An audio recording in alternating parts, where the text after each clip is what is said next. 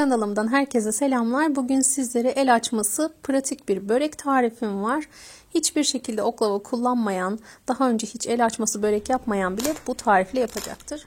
Öncelikle yoğurma kabımın içerisine 3 su bardağı kadar un aldım. Üzerine de 1,5 tatlı kaşığı tuz ekledim. 3,5 su bardağı da su ekliyorum. Suyumuz ılıktı. Kullanmış olduğum bardak ölçüsü de 200 milimlik bir bardaktı. Azar azar un ekleyerek hamurumu yoğurmaya başlıyorum. Toplamda 6-7 su bardağı un kullandım. Un miktarı kullanmış olduğunuz markadan markaya değişkenlik gösterecektir. O yüzden azar azar eklemenizi tavsiye ediyorum. Oldukça yumuşak bir hamur elde edeceğiz. Unu her zaman kontrollü ekleyin. Bir anda katılaşırsa hamurunuz sert olur. Böreğiniz istediğiniz kıvamda olmaz. Her zaman azar azar kullanmanızı tavsiye ediyorum. Artık hamurum toparlanmak üzere. Gördüğünüz gibi neredeyse ele yapışan bir kıvamda. Artık un eklemesi yapmayı bırakıyorum. Gördüğünüz gibi şöyle yumuşacık elastik bir hamur oldu. Bu hamuru 5 dakika boyunca da hafifçe unladığım tezgahta yoğuracağım. Bu işlem çok önemli. Atlamamanızı tavsiye ediyorum. Hamuru bu şekilde toparlaya toparlaya, katlaya katlaya tam 5 dakika boyunca yoğuracağız. En önemli püf noktalarından biri budur. 5 dakika boyunca bu şekilde genişçe bir tezgahta toplaya toplaya sürekli bir yoğurma işlemi gerçekleştirin. Bu sayede börekleriniz daha güzel olacaktır. Hemen hamur toparlandı deyip bırakmayın. 5 dakika mutlaka hamurunuzu bu şekilde yoğurun. Hamurumu 5 dakika boyunca yoğurdum. Sizleri sıkmamak için o kısımları atladım. Gördüğünüz gibi neredeyse masaya yapışan bir kıvamda. Şimdi hamuru toplamda 6 eşit bezeye böleceğim. Oldukça büyük bezeler oluyor. Dilerseniz sizler daha da küçük yapabilirsiniz. 6 eşit bezeye ayırdığınız zaman oldukça büyük açılıyor. Klasik bir mutfak masası boyutundan da neredeyse büyük açabiliyorsunuz. İncecik zar gibi açıyoruz.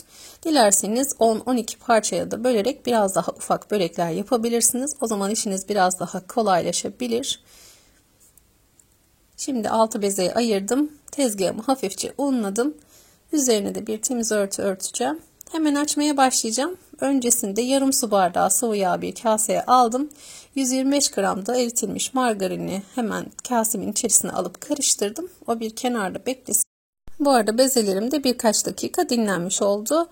Hemen hafifçe unladığımız tezgah üzerinde bir merdane yardımıyla bezelerimizi açıyoruz. Klasik bir servis tabağı büyüklüğünde açmamız gerekiyor. Eğer bezeleri daha küçük tutarsanız pasta tabağı büyüklüğünde daha küçük açmanız yeterli olacaktır. Bu aşamalarda şeklinin hiçbir önemi yok. Oldukça da kalın bir şekilde açıyoruz. Ben oklava kullanmayı bilmiyorum. Merdane daha önce çok az kullandım diyorsanız hiç sıkıntı yok. Bu aşamalar çok kolay. Herkesin hemen hemen yapabileceği bir tarif gerçekten de. Şimdi bir servis tabağımı yağladım. Bu büyükçe bir servis tabağıydı. Klasik servis tabağı boyutunda açmış olduğum yufkamı da hamurumu da hemen tabağın içerisine aldım. Tabanı yağlamanız çok önemli. Tabanı bolca yağlayın. Üzerine açtığınız hamuru koyun ve tekrar üzerini yağlayın. Yine o kenarda beklesin. Sırasıyla kalan 5 bezeyi de hafifçe unlayarak açma işlemine devam edin. Yine servis tabağı boyutunda açacağım. Dediğim gibi şeklinin hiçbir önemi yok. Asla gözünüzü korkutmasın. Yapacağımız açma işlemi zaten bu kadar. Kalınlık da aynen bu şekilde olacak. Hamurumu az önce yağlamıştım. Üzerine hemen açtığım bezeyi koyuyorum. Ve tekrar üzerine hazırlamış olduğumuz margarinli sıvı yağlı karışımla yağlıyoruz. Her tarafını mutlaka bolca yağlayın. Yağlamazsanız eğer hamurları üst üste koyup bir 15-20 dakika bekleteceğiz. Bu aşamada hamurlar birbirine yapışır ve birazdan açarken zorluk çekersiniz. Sırasıyla bütün bezelerimi açtım. Her hamurdan sonra üzerini bolca yağladım. Fırça yardımıyla yağı her tarafa sürdüm. Bütün hamurlara aynı işlemi gerçekleştireceğim. 6. yufkamı da koydum. Bu aşamada en üstte yağdan sürmüyoruz. En üstü yağsız olacak şekilde bırakıyoruz. Üzerine bir temiz buzdolabı poşeti açtım. Kapatıyorum ve bu şekilde bir 15 dakika 20 dakika vaktiniz varsa hamurları dinlenmeye bırakalım. Bu arada içini hazırlayalım. Yarım kilogram ıspanağı tertemizce yıkayıp incecik doğradım. 2 adet orta boy kuru soğanı da çok küçük küpler halinde doğradım. Malzemelerin tamamını çiğden kullanacağım. Dilerseniz kavurma işlemi de yapabilirsiniz ama ben bu şekilde çiğ halde yapacağım. Tuz ve pul biber de ekledikten sonra yarım çay bardağı da sıvı yağ ekleyip malzemeleri güzelce karıştıracağım. Tuz oranını, pul biber oranını damak zevkinize göre ayarlayabilirsiniz. Sevdiğiniz baharatları da ilave edebilirsiniz. Bu şekilde elimle karıştıracağım. Ispanağın ve soğanın diriliği gidene kadar birkaç dakika boyunca yoğurma gibi diriliğini almak için karıştırma işlemine devam edeceğim. Gerçekten de güzel bir harç oluyor. Mutlaka deneyin. Soğan asla diri kalmıyor. Ispanaklar da çok güzel bir lezzet veriyor. Böreği hazır kış mevsimi iken ıspanaklı yapmanızı da tavsiye ediyorum. Şimdi börek açma işlemine başlayalım. 20 dakika hamurlarım dinlendi. Hemen tezgahın üzerine aldım. Görmüş olduğunuz gibi kenarlardan çekiştire çekiştire böreğimizi açmaya başlayalım. Arada havalandırarak bu şekilde böreğinizi kenarlardan çekin ve masaya yapıştırın. Şu an olabildiğince geniş açıdan çekmeye çalışıyorum. Neredeyse masanın büyüklüğü kadar zaten açılıyor. Dört bir taraftan çekiştirelim ve masaya yapıştıralım. Zar gibi açılıyor gerçekten de. Yırtılmalar olabilir. Hiç sıkıntı değil.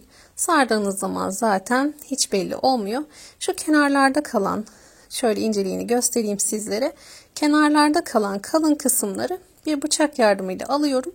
Bunları bir beze haline getirip tekrar açabilirsiniz. Ben bir katmer yapmak istedim onlardan. En sonunda sizlere göstereceğim inşallah.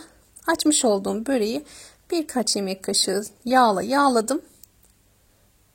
Ve şimdi ıspanaklı harcımı koyup üzerini kapattım ve saracağım. Gördüğünüz gibi şu sert kısımları alıyorum. Bunları bir kenarda toplayıp dediğim gibi daha sonradan yine börek yapabilirsiniz. Oldukça büyük bir genişlikte açtım. Yarısına kadar harçla birlikte çok sıkı olmayacak şekilde çekiştire çekiştire sardım. Bu aşamada yarısına geldiğimde bir bıçak yardımıyla kesiyorum. Kalan yarısını da yine harç koyup saracağım. Kalın yerler olursa bu şekilde masaya vurarak inceltebilirsiniz. Gül böreği şeklinde yuvarlak bir tepside hazırlayacağım. Yağlı kağıt serili bir fırın tepsisine yerleştireceğim. Dilerseniz bolca sıvı yağladığınız bir tepsiye de yapabilirsiniz böreklerinizi. Diğer yarısını da sardım, tepsime koydum. Şimdi ikinci bezemi alıyorum. Masaya aldık. Zaten oldukça yağlı olduğu için tabanı yağlamanıza asla gerek yok. Bu şekilde dört bir taraftan, hatta her taraftan çekiştire çekiştire incecik açacağız. Bu şekilde arada sallayın. Ortasında kalan kısımlar da açılsın ve masaya çekip yapıştırın. Zaten kalın yerler kendini belli ediyor. Açlıktır, sizler de fark edeceksiniz. Kocaman bir yufkamız oluyor. Hiçbir şekilde oklava, merdane kullanmayı bilmiyorsanız bile bu tarifle yaparsınız. Bu şekilde fırça yardımıyla üzerine yağ gezdiriyorum. Çok aşırı yağlı yapmanıza gerek yok. Birkaç yemek kaşığı bir yufka için yeterli oluyor. Oldukça büyük açıldığı için zaman zaman kadraj ayarlamakta zorlandım. Takdir edersiniz ki yağlı bir börek yapıyoruz. Ellerimi her zaman yıkayıp tam net bir kadraj almamı sağlayamadım. Bu aşamalarda en tepede gördüğünüz gibi uç kısma böreğin iç harcından yerleştirdim. Ve üzerini kapatıp sarmaya başlayacağız. Kenarlarda kalan sert kısımları, kalın kısımları asla kullanmayın. Yarısına kadar geldim, sardım. Bunu tepsiye alacağım.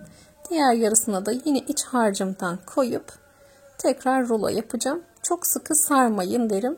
Çok sıkı olmadan geniş geniş bırakarak sarmaya çalışın. İç harcını da dilediğiniz oranda kullanabilirsiniz. İncecik bir börek olduğu için çok dolu bir iç harç hazırlamadım, koymadım. Bu şekilde harcı koyduktan sonra üzerine hamuru kapatın ve rahat bir şekilde sarın.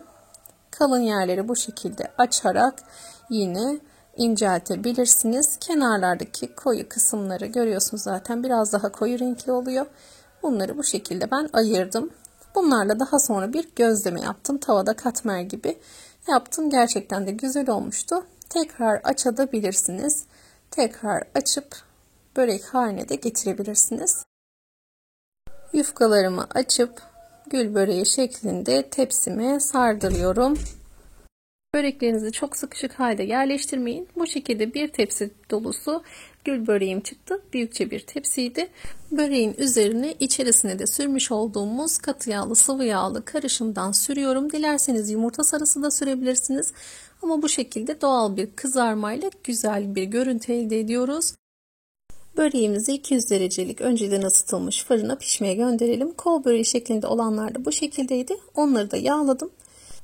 Pişme süresi fırından fırına değişkenlik göstereceği için alt üstü kızardığında fırından çıkartabilirsiniz. Kontrollü olmanızı tavsiye ederim.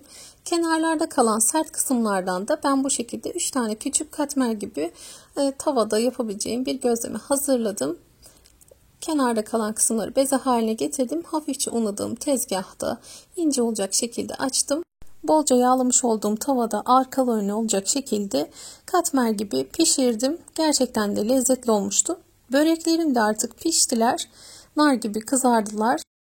Gerçekten de enfes bir börek oluyor. Özellikle bu kol böreği olarak hazırladıklarımı hemen buzdolabı poşetlerine koydum. Soğuduktan sonra tabi buzdolabı poşetlerine koyup dondurucuya koydum. Bir misafirim geldiğinde bana kolaylık olacaktır. Böreğim hazır olacak. Böreğimi ilk sıcaklığı çıktıktan sonra dilimliyorum. Fırından çıkar çıkmaz üzerine bir örtü örterseniz biraz daha yumuşak böreğiniz olur. Ama açık bir şekilde bekletip soğutursanız daha çıtır bir börek elde edersiniz. Damak zevkinize göre bunu da ayarlayabilirsiniz. Hemen böreğin sizlere çıtırlığını göstermek istiyorum.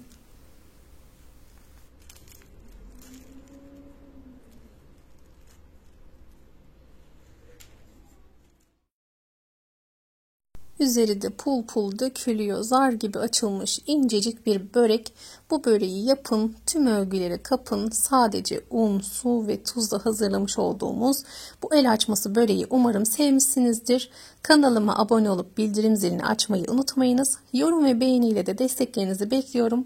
Bir sonraki tarifimde görüşmek üzere. Allah'a emanet olun. Hoşça kalın.